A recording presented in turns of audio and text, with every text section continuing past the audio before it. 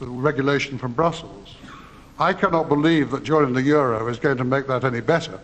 And I think that the sort of regulation that we have seen from Brussels thus far is going to be far more detrimental to industry than the exchange rates currently are. Gentleman there. I'm John Price from the West Midlands Regional Organiser for the European Movement, which is part of Britain in Europe. I was taken by what Rob Fulham had to say. I thought he dealt with the whole issue very well. But I think we have to be completely rational about this. A single market demands a single currency. And if we try to sit on the outside, we are in the market. Let's face it, that's where we are. If we try to sit outside, is that what will happen is that we'll become a repository for cheap labour, exploited labour, high unemployment, and the outcome could be disastrous. May I, just before I finish, congratulate the BBC on organising this type of debate here in Coventry. Thank you. Gentleman there. Pete Colson, Regional Officer for the Amalgamated Engineering Electrical Union. I'm actually based here in Coventry, so I'm pretty amazed, Faye, when you actually say, especially in the Coventry area, 3/4 of businesses are against the euro or joining the euro. I'm dealing, not on such a weekly basis, on a daily basis, I'm actually dealing with companies who are actually stating to our particular union, and other trade unions, might I add, is that to join the euro is imperative to, as our colleague have actually said, obviously to give us some stability. And I'm actually dealing with jobs and job losses.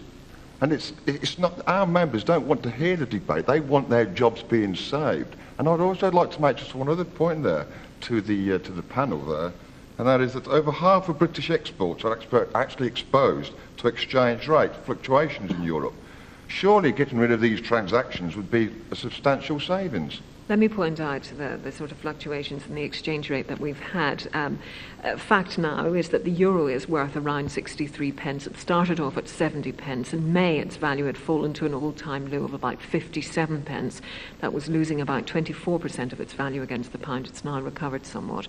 But what about all these fluctuations and so on? You see, Rod Turner, that makes life very difficult for people who have to deal with the eurozone day in, day out. It does indeed. So how do you get round it? You get round it as best you can, which is making your products as high quality as you can, as competitive as you can, as innovative as you can, and then people will buy them or not. It saves jobs, is it? It saves jobs if the businesses are run properly. Most of the businesses you're talking. I worked in the British motor industry for 20 years, and I know exactly what happens. I've dealt with in the last 2 months. I've actually dealt with 4 closures.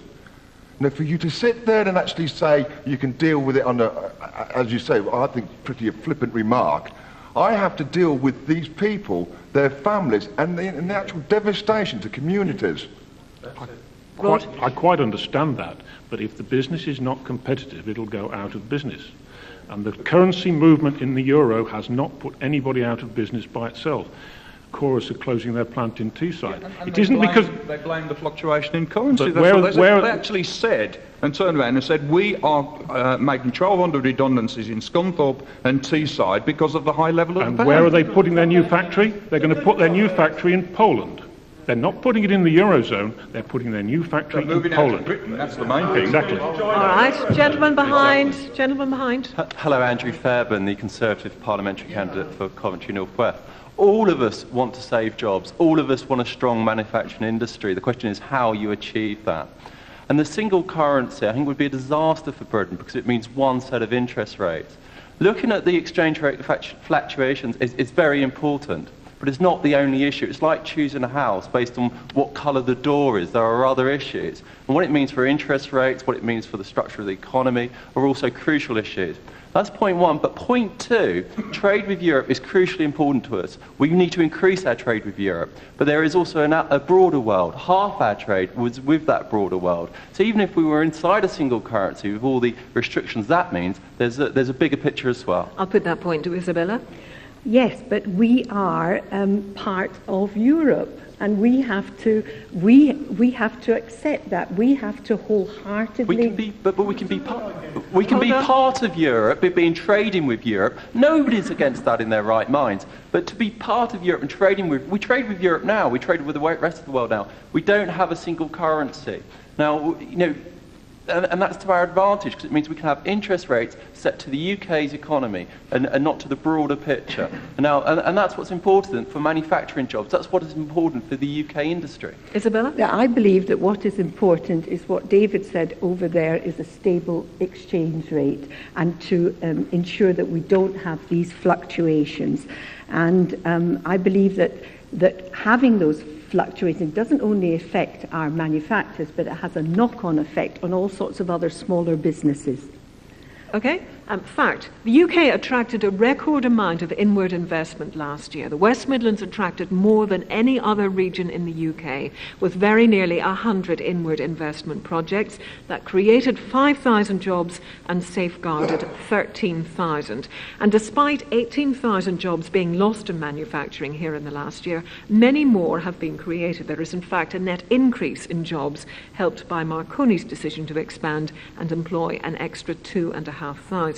Now, the question, would this success continue if Britain were to join the euro? Gentleman there. Yeah. I'm Miles Mackey from the City Council. Many firms have come into the Coventry area simply as part of a European marketing programme. They're integrated, and we can see that in the car industry. Many of the firms are all interrelated, so they have a European business philosophy. It's not a UK one or so on. So it is mutually dependent. And the continuation of inward investment will be strengthened probably by membership of the euro. All right, and gentleman there. Paul Marginson from the Industrial Relations Research Unit at Warwick University's Business School. And we've been doing research looking at the impact of the euro on employment and industrial relations in companies in three sectors: the motor industry, banking, and road haulage. And that means going out and talking to managers in these companies and to trade union representatives about how they're living alongside economic monetary union and the euro. And the question of jobs, our research suggests, is one that's much wider than the particular issue of inward investment, important though that is. Because economic and monetary union and the euro has set in train or unleashed a process of restructuring and rationalisation, which is ongoing. It's leading all the time to decisions about where to produce things, about where to invest, but also, as we've seen with Chorus, about where to close down, where to retrench, where to cut back. So in short, do you think that the euro will mean more jobs for the West Midlands or fewer? It means more certainty, our research suggests, about jobs in the West Midlands. The currency risk, which has been referred to in the manufacturing sector in the West Midlands, is leading companies to do three sorts of things. First, companies deciding to minimise the risk by requiring that their suppliers price in euros. So, if the Fords who own Jack... Another grave.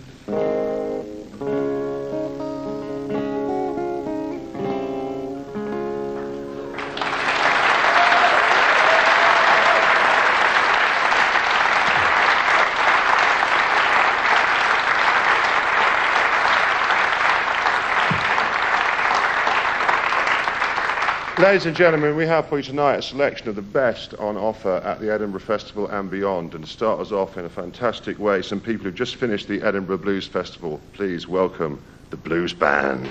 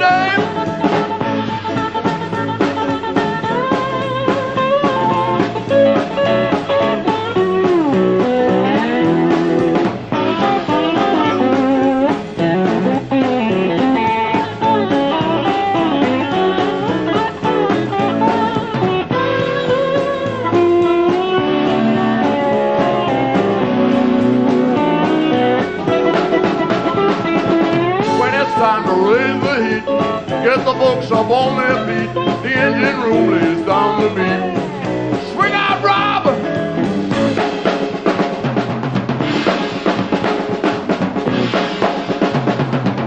Oh no, it's the bass solo.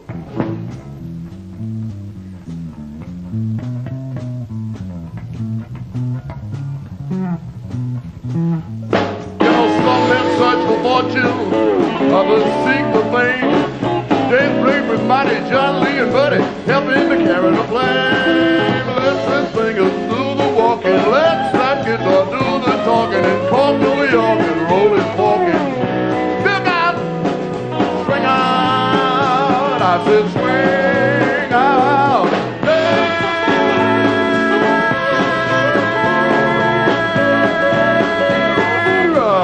Swing out, Dave!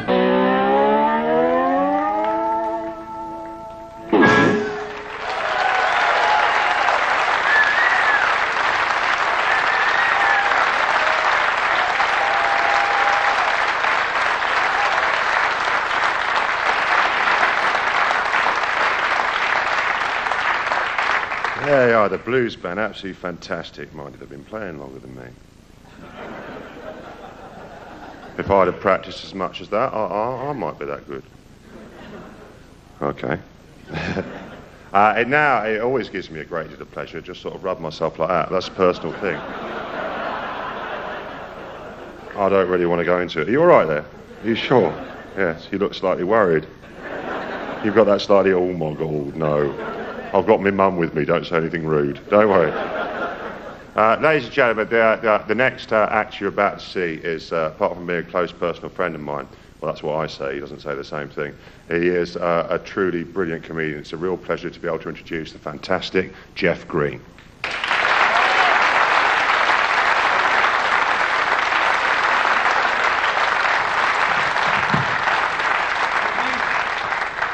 Thanks very much indeed. How you doing, all right? I clap for no bastard me. I don't care who he is. I don't want to give him a special round of applause. How you doing, mate? All right?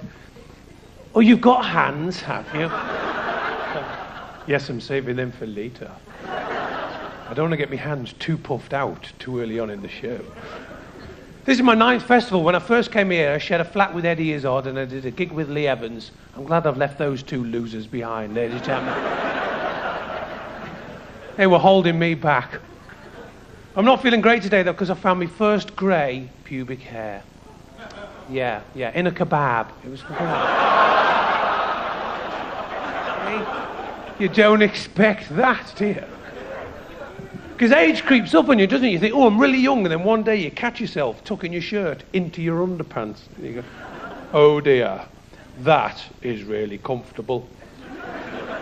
Oh dear, I feel safe and secure. You catch yourself unplugging the telly at the end of the night. Oh no, I've turned into an old fart. You start to like your mum and dad again, you know? Because when you're a teenager, you blooming hate your parents, don't you? Which is fair enough, because they hate you. It's a mutual hatred thing, really. I'd love to have teenage kids just so I could take the piss out of them. I'll go, I'll pick you up from the school disco, then turn up in me pyjamas.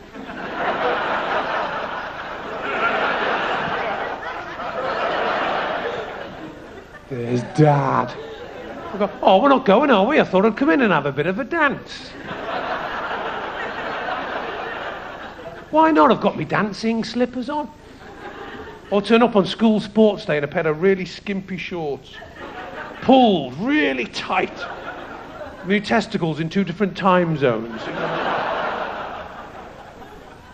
Keep an eye on your old dad. Socks and sandals, made for speed. Things you never want to hear your dad say. Tonight, Matthew, I'm going to be Lulu.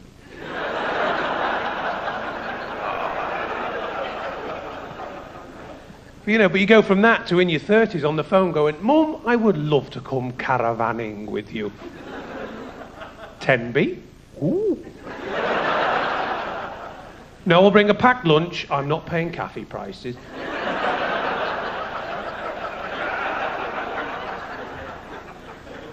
I've got contact lenses as well, that sort of thing. Because I went to the opticians, he tested my eyes, he says, you need glasses.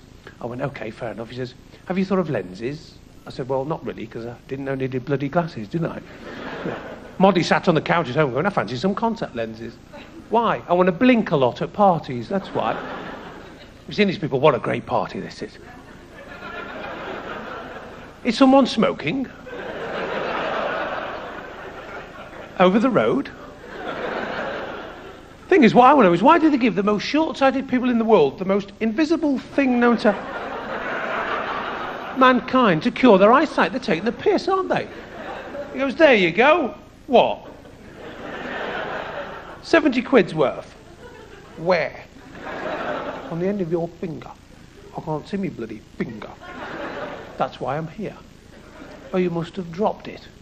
Or did I? I'll never find it again. I've only got one eye. People call you vain if you wear contact lenses as well, don't they? They say, I wear lenses. They go, oh, you're just vain, you are. That is so harsh, isn't it? You don't go to people with hearing aids, do you? And go, you vain bastard. Well, you want a big trumpet out your ear, mate.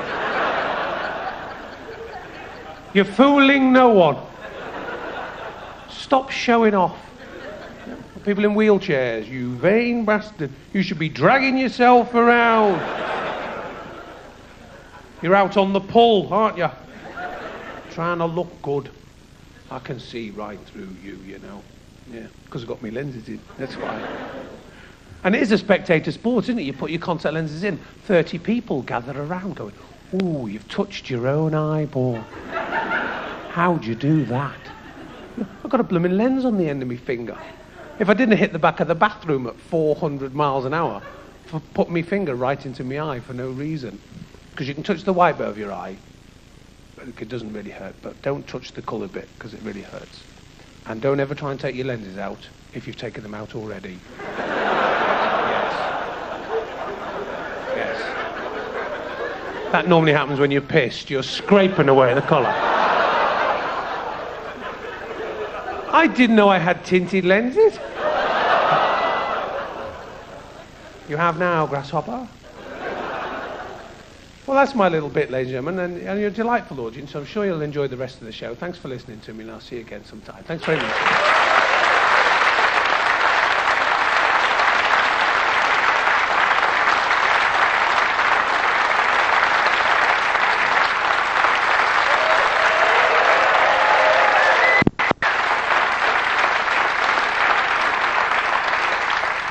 It's very insulting to the acts when you cheer more when I come back on, ladies and gentlemen. Jeff Green, fantastic. If you want to see more of Jeff Green, he's at the Assembly Rooms until the 28th at 9 o'clock. Ladies and gentlemen, please welcome one of Germany's finest cabaret singers, Eva Mayer.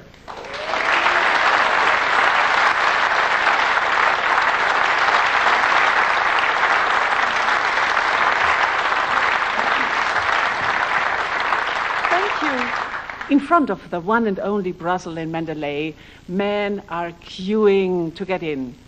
And they are fed up with the waiting and they shout, Johnny, hurry up.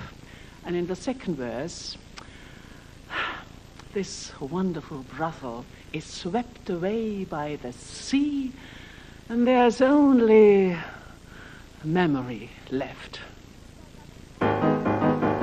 Mutter Gottes Hof in Mandalay, 7 Bretter an der grünen See. Gerade, was ist das für ein Etablissement? Da stehen ja schon 15 die Bretterwand entlang, in der Hand die Uhren mit Hey. Gibt's denn nur ein Mensch in Mandalay?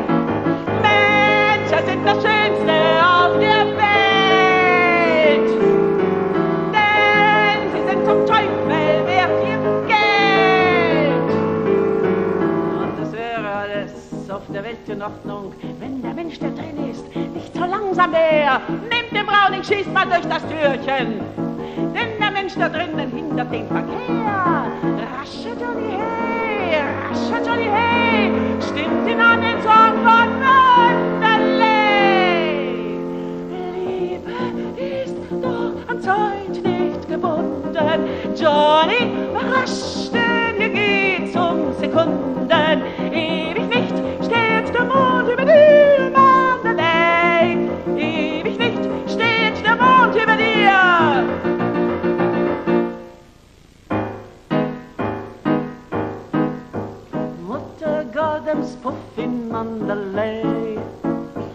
jetzt ruht über dir die grüne See.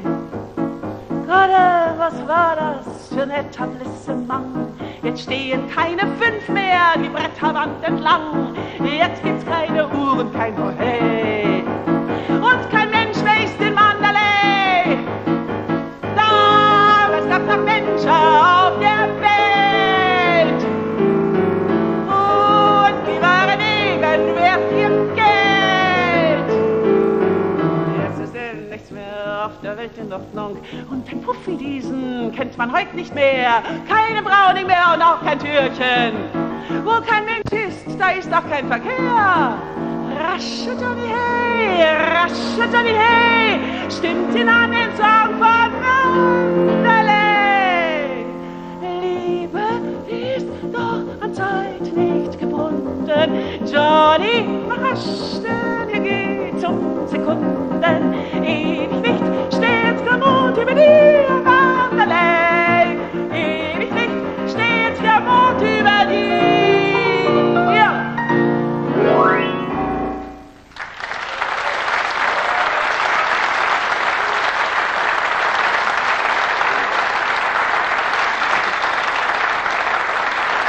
Eva Meyer.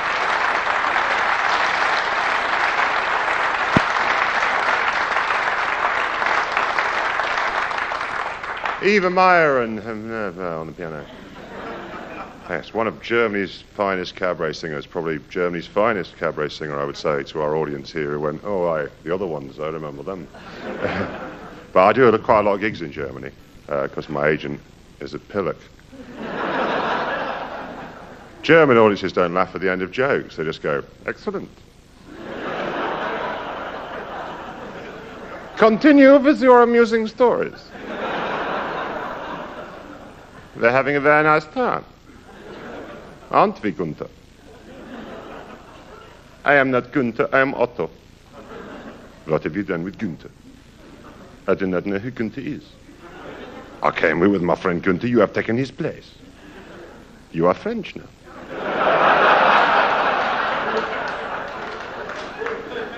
This is Europe, I can be anything I want to be. Don't you persecute me. I'm French now as well, so But now we move swiftly along. We have no choice. We've not got much space to welcome Scotland's finest sketch comedy outfit. Ladies and gentlemen, please raise the roof for Velvet Cabaret.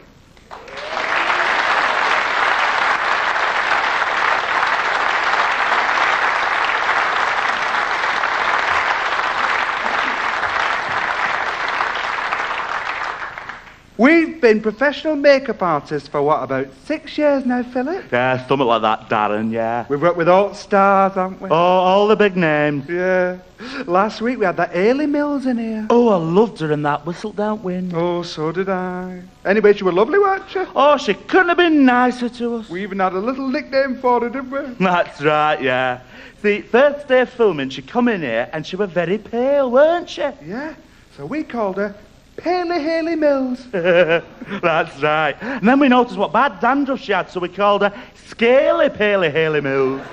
And then she started crying, so we called her Whaley Scaly Paley Hayley Mills. Then Darren said she looked like a criminal close-up, so we called her Jaily Whaley Scaly Paley Hayley Mills. And then she went for us, didn't she? She tried to hit us with her rolled-up newspaper. So we called her Daily Maily Jaily Whaley Scaly Paley Hayley Mills. She went mad. She was thrashing about wildly, so we called her Flaily Daily Maily Jaily Whaley Scaly Paley Hayley Mills. Aye, and she threatened to complain to the producer about us, so we called her Telltale Flaily Daily Maily Jaily Whaley Scaly Paley Hayley Mills. We did laugh. Yeah. Anyway, there were no time to do her makeup after all that, were there? No.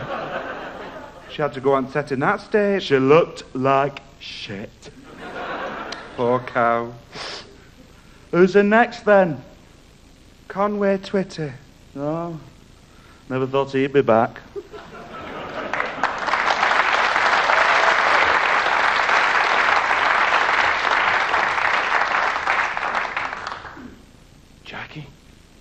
Jackie, wake up. Oh. Wake up. There's somebody downstairs. I think we've got burglars. You better go and check. Oh. Mark, go to sleep. But I think there's burglars downstairs. Go and check. I'd go myself, but I'd be better off staying here. Then if they attack you, you can call the police. You want me to check? Yes. You want me to fight burglars? Yes. Not to the death. Just take their guns off them and hold them down till the police come. I'm 8 months pregnant. Then you've got the weight advantage. Come on, stop being such a shitebag. Mark, you're the man. You should be going down. I can't go. I've got no pants on. Come on now, get some makeup on and go down and fight. What if I get hit in the stomach? They wouldn't hit a pregnant woman in the stomach. They'll be batting you right into your face, though. So keep your head down and, for God's sake, fix your hair. Have you still got that baseball bat under the bed? Yes, but I better hang on to it in case they come up here once they've wasted you. Oh, I can't believe you. I'll go and look. It's probably just a cat anyway. Just keep telling yourself that and you won't bottle it. And remember, if there's more than 6 of them, you better wake your mum up to give you a hand. I'll be in the kids' room in the meantime. I'll be needing all the human shields I can get.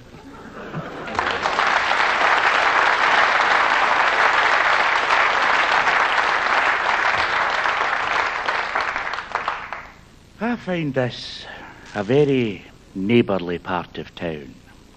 Very neighbourly. In fact, a lovely young lad and his wife moved in recently next door.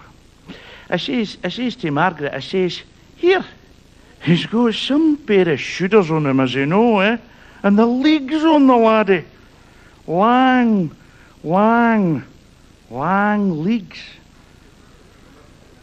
And such a bony face. A big, bony-faced, lang-legged laddie.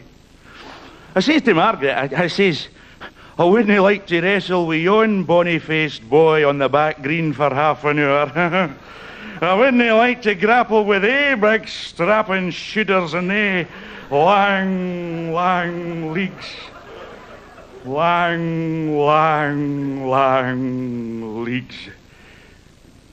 I was telling Margaret there, I saw him the other week, walking up the garden path with his wife and some of their friends, and I shouted out to him, hey, lang legs, what a pair of shooters you've got on you, you big bony-faced laddie. They've moved away now.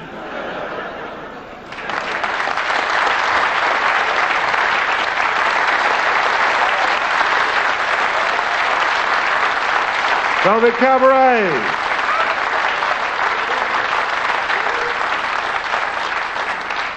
And Velvet Cabaret are Mark McDonald, Stephen McNichol, Gavin Mitchell and Julie Duncanson, and they're on at the Stand Comedy Club on Monday and Tuesday. What time?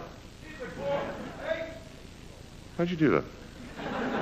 8 o'clock at the Stand Comedy Club. And now it's time to welcome back a plethora of fine musicians. The Blues Band.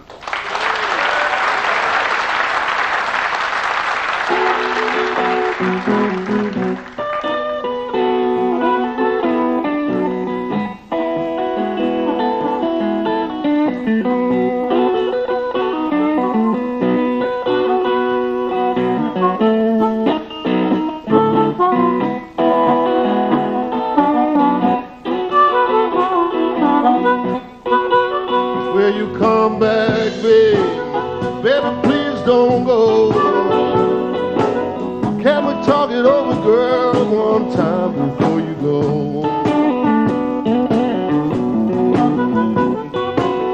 Are you come back, baby? Let's talk it over one more time. You know, babe, run one building one day. Can we talk it over, girl, one time before you go away? Are you come back, baby? Let's talk it over one more time.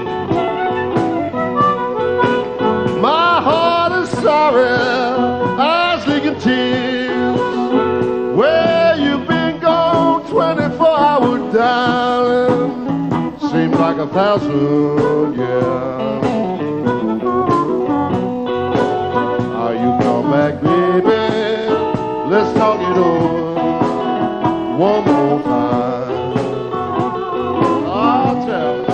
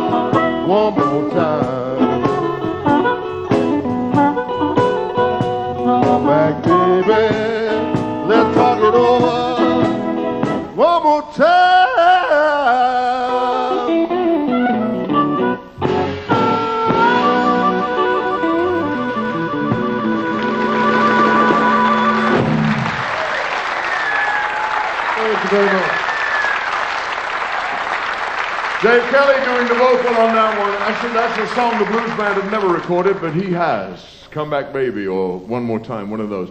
We started off earlier on with a song written by Tom from our current album.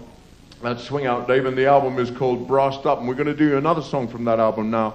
This is called What You Wanted. 1, 2, 3, 4.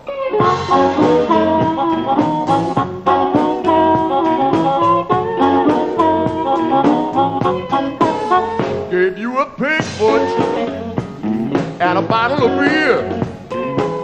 That was the last time that I saw you around here.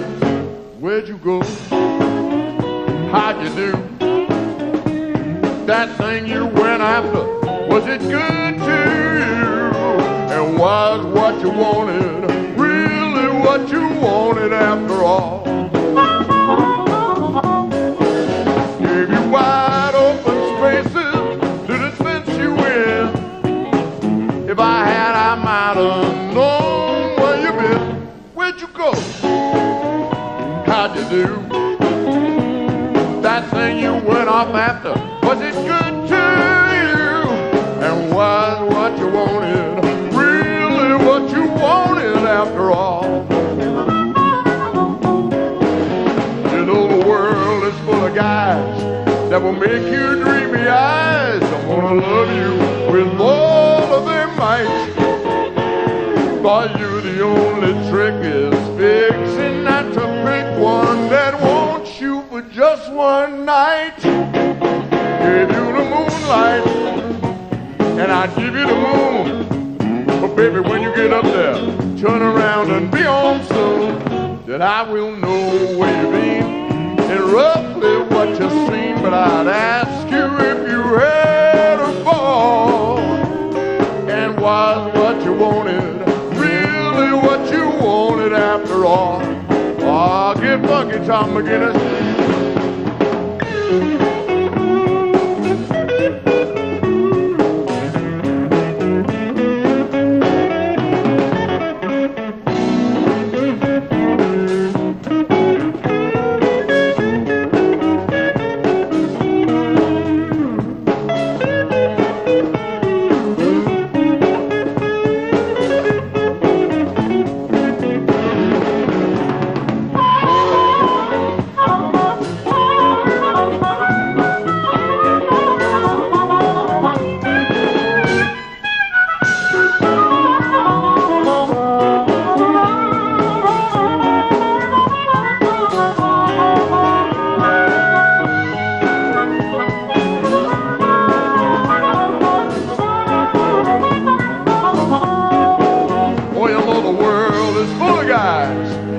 a few creamy lies and come on like a first-class gin. But don't give them your trust, 'cause you won't see them for dust once the last of your money's spent. But me, I'll be here, hanging out and round when you quit rambling from town to town. Then who cares where you've been, and who cares what you've seen? But now tell me, did you have a ball?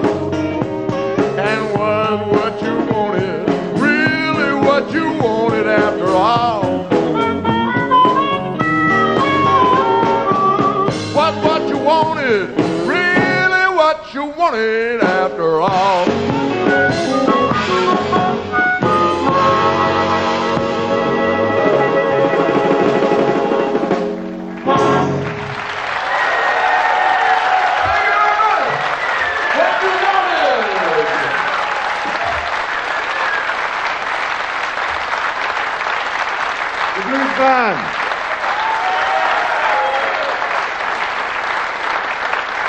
Paul Jones, Dave Kelly, Tom McGuinness, Rob Townsend, Gary Fletcher, and of course Mandy Spank Basket on tambourine. But right now, welcome on stage, very good friend of mine, very, very funny man, someone you might recognise for the studio audience anyway, for the theatre audience anyway, from films such as Gladiator, ooh, and The Mummy, ooh, without bandages this time. Ladies and gentlemen, put your hands together for Omid Jalali.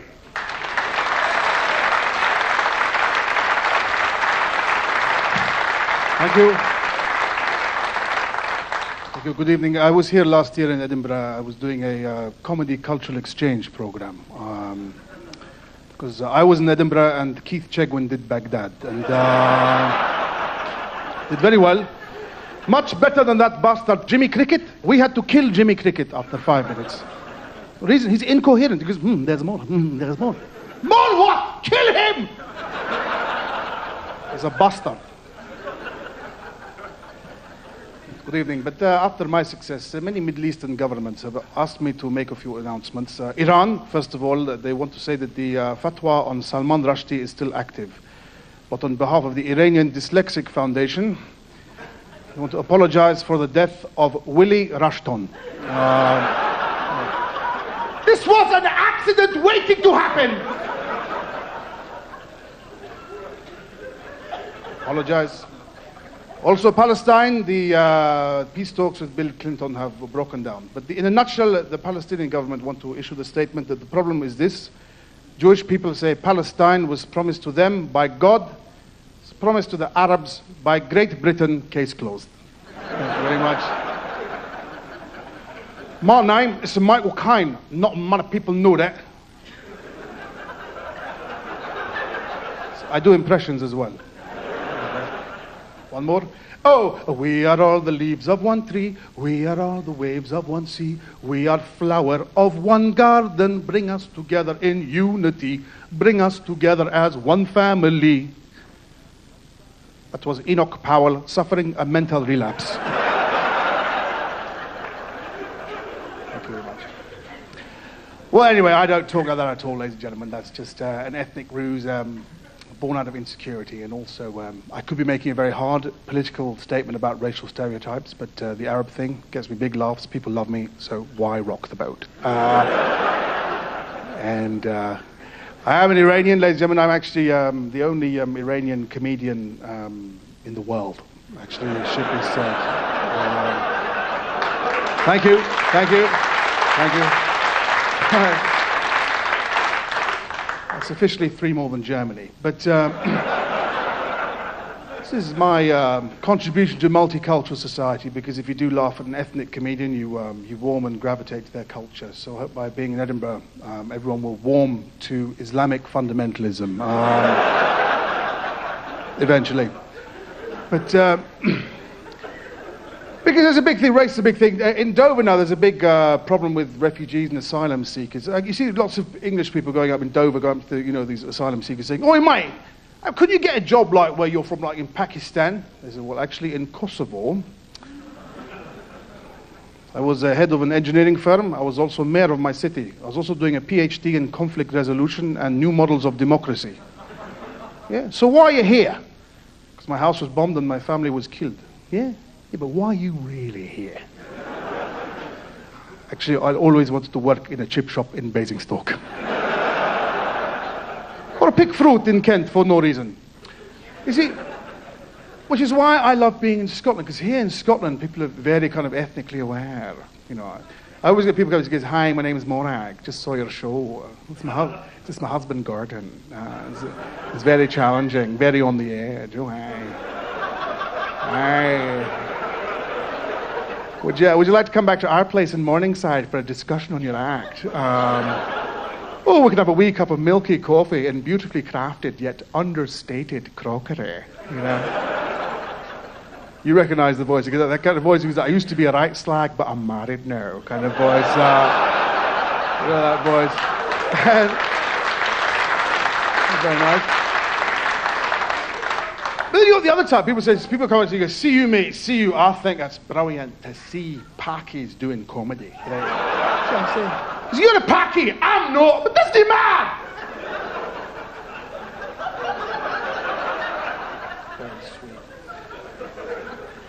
Which contrasts the very ethnically aware English people that come here and pronounce everything ethnic with the correct accent. They say, "Oh, let's go to the assembly rooms and see that the French company, Le Théâtre de la Mimi de Pain," which is just great, really great. Then we'll see the Spanish dance company. Yeah, the Spanish, the dance on the tip of my tongue. What's it called? Oh, that's right. The Oye medio quiero cosale California porque me siento tan bien. Dance workshop, which is very good. Then we'll see that Nigerian experimental thing, the umtetswe kile le wala. What is going on? I don't believe it. Theatre company, from Lagos. This is really first class, you know. Because you see, because prejudice is very rife. They sent me out. I was in New York recently. Now, in comedy clubs in New York, you can't heckle. If someone shouts, they go, "Oh, hey!" Someone will say, "Excuse me, sir, you are not allowed to heckle." The comedian has an act. At the end, maybe if you want to give him feedback, that's permissible. That's permissible, okay?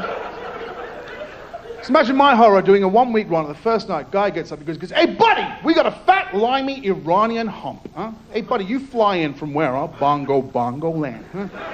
And you trying to make me, hey, what do you want to do? You want to blow up the Trade Center and take a few hostages? Maybe."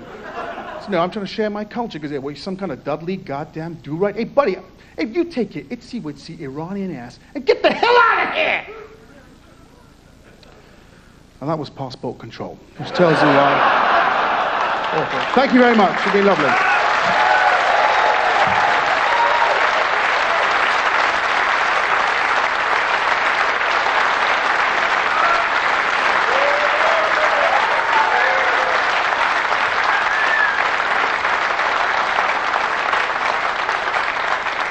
Ahmed Jalali there, he's playing at he's playing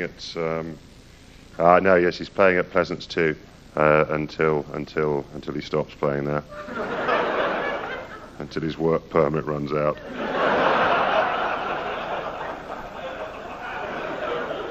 And he has to go back where he came from, which is Guildford. Now, we are reaching out from Edinburgh to all over the world. We're going to welcome someone now from Dundee. Oh, the sort of place that makes George Orwell seem like an optimist.